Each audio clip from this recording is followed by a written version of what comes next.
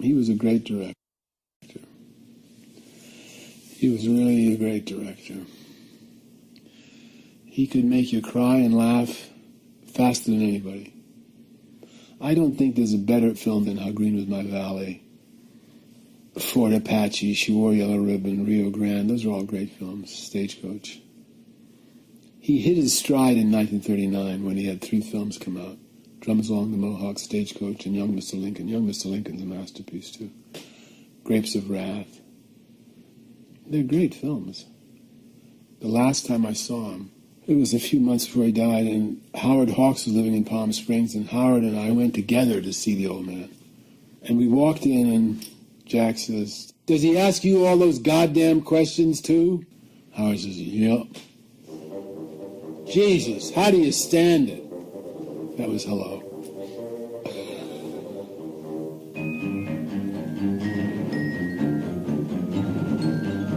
I was writing quite a bit for Esquire, which was at that time the sort of hippest magazine going. And the editor was Harold Hayes, who was a genius and a brilliant editor. I said I wanted to do a piece on Jiohn Ford. So Harold said, "All right, if you want to do Ford." He wasn't crazy about the idea, but I wanted to meet Ford. So my first wife and I actually went to Monument Valley, which is where Ford had shot a number of films. And we went down there, we were there for 3 weeks, watching him shoot, and I got to know him at that point. First of all, when we got there, the unit publicist said, "What's your assignment?" I said, "Jiohn Ford." He turned white and said, "Oh, no. What do you mean, no? He said, he hates the press, he won't talk to anybody. I said, "Well, Warner's knows about this, that's why I'm here. I mean, Warner Brothers has approved this, you know." And the guy would not introduce me to Ford. Luckily, Carol Baker was on the picture, and her husband, Jack Garfine, who was a director, he saw me. He said, "What are you doing here?" I said, "Well, I told him." He said, "Well, have you met the old man?" I said, "No, they won't introduce me." I was like, "That's ridiculous. Does he know you're here?" I said, "I don't think so." He said, "Well, I'll tell him." So that evening, around 6 o'clock, a Jeep came back down from the hill. "Bodganovich? Peter Bodganovich?" I said, "That's me, I guess." He said, the Admiral wants to have you to join him for dinner." They called him the Admiral. We went up to the hill where he lived, and there's a big mess hall and with long tables. And Ford was sitting at the head of one of the tables. Carol Baker was on one side, and somebody indicated for me to sit to his right next to him. He didn't say anything to me. Nothing. He was talking to Carol, and she was cutting his steak for him. I didn't say anything. I was just nervous, being in his presence. And after a while, the producer of the picture walked in, and he said, "Jack, don't you think we need a close-up of Carol in that last scene?" So Ford says, "Pat Wayne." And Pat jumps up. "Yes, sir." "How much does he owe now?" $2.50, sir." "You owe $2.50, Bernie." It turns out if you talked about movies at all, it was a quarter. And they had 2 bowls on the desk, 2 wooden bowls on the table with money in it. Now Ford, for the first time, turns to me. He says, "There's a word for what he just said." I said, "Oh, yes, Mr. Ford." "Govno." Well, of course, I broke up because the govno means shit in Serbian. That was his first word to me. That was Ford. Typical. Polly, who was with me, would take the notes for me, and I'd say, "Write that down," or whatever. She'd take it. And Ford would come over, and he'd take her pen away, and then he'd talk, and then he'd give her the pen back after he walked away. He was very perverse.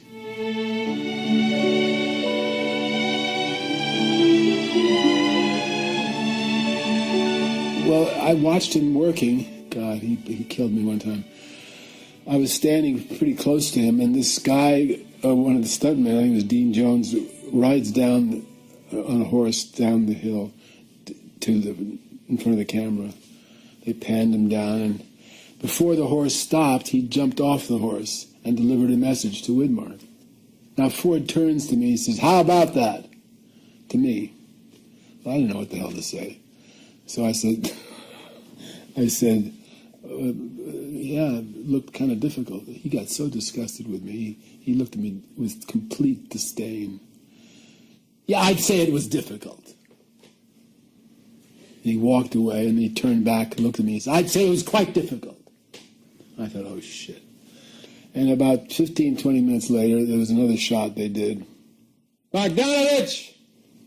Ford yells. So I go running over to him. "Yes, sir."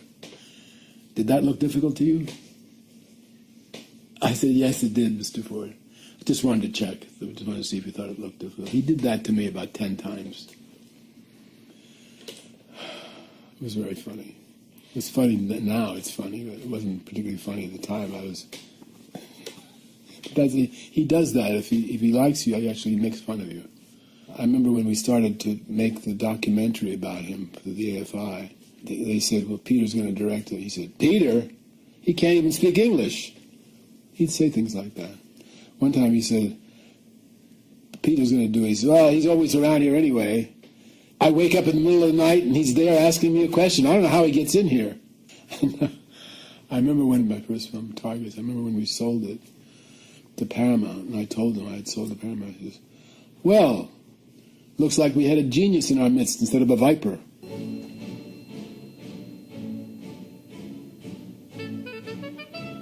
Well, The Quiet Man was a picture that he'd wanted to make for some time. Nobody would let him make it. I said, "Oh, there's some Irish love story." Nobody was interested. He'd won 3 Oscars as a director, and still nobody wanted to do it. I love The Quiet Man. It's one of my favorite films. I think it's a beautiful film, just beautiful. Very romantic, very funny, and Maureen O'Hara and Wayne were terrific together. It stands by itself. He never made a movie remotely like it. And I think it's his most personal film in a way, because it's about a man coming back to his home country and finding love and happiness there. I think it was a kind of a dream of Jack's, and so he made it as a film. He was born in Cape Elizabeth, Maine, but his parents had come from the old country. They met in America, but they came from, I think, the same county in Ireland. There's that great line when Barry Fitzgerald says, "We'll go down and talk a little treason." So I think he was for Free Ireland. I didn't talk to him about that too much, but whatever that character is saying is what he was thinking. John Wayne is wonderful in it. He complained, and I remember talking to him about it. He said, "Well, I didn't have anything to do for 9 reels until the fight." I thought it didn't have anything to do. He just had to be charming, which he was. But it's just a perfect film, you know.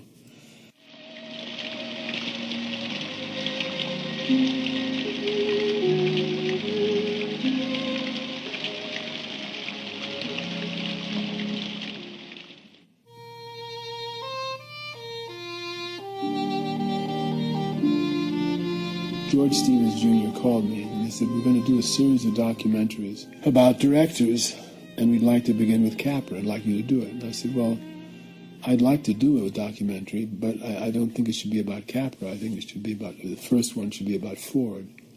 I think he's the great American director that's still alive." And so they said, okay. So I remember Gregory Peck was on the board of directors, and Jack said to me one time, he said, "Greg Peckery called me." He called him Greg Peckery. That was it. And he said something about a documentary, and I don't know what he's talking about. I had already told him about it. He pretended not to know, and then he sort of gave us a little hard time. Finally, he agreed to do it. And we went out to Monument Valley. He loved it. He loved that. And tried to avoid doing the interview so he could get drunk. He got a little drunk the first night. And then finally he agreed to do the interview. And as you see in the picture, there's some things he didn't answer. It was very difficult, you know. How'd you shoot that sequence? With a camera. And then, I'll never forget this, the AFI had the first screening of the picture. And everybody was there. Duke was there, and Jimmy Stewart, and Hank Fonda, and Ronald Reagan was the governor, he was there, and Ford. And when the picture was over, because it lightly kids him, you know. I remember I was sitting near the actors and Jimmy stood up. He said, "I'm not going to go anywhere near him. I'm not going to go." And Duke said, "I ain't going to go. I'm not going to go over there." They were all scared to talk to him because they thought he'd bite their heads off or something. So I went over and I said, "What'd you think, Jack?" And he says, "Good job on a dull subject." That was his comment. And then other people came up and said they thought it was terrific and congratulations and this and that. So I said, "Well, I'm going to go now, Jack. Thank you."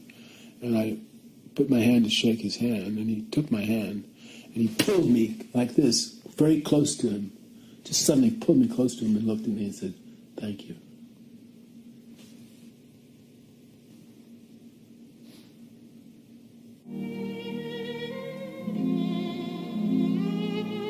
I think I think Orson was right. I think he was the greatest American director.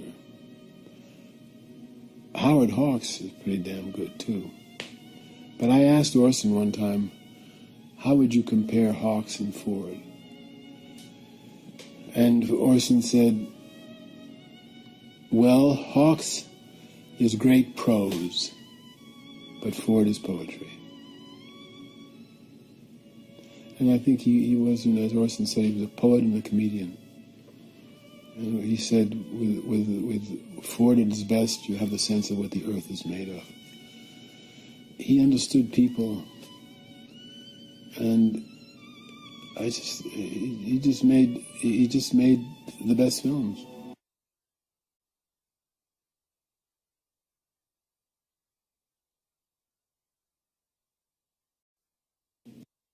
He was a great director. He was really a great director. He could make you cry and laugh faster than anybody. I don't think there's a better film than How Green Says. Does he ask you all those goddamn questions too? Howard says, yep. Jesus, how do you stand it? That was hello.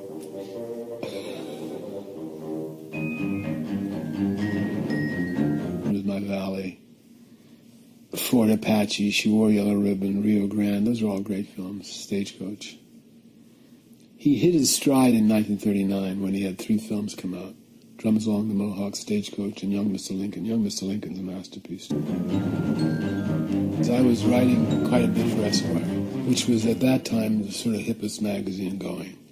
And the editor was Harold Hayes, who was a genius and a brilliant editor. I said I want to do a piece of Grapes of Wrath. They're great films.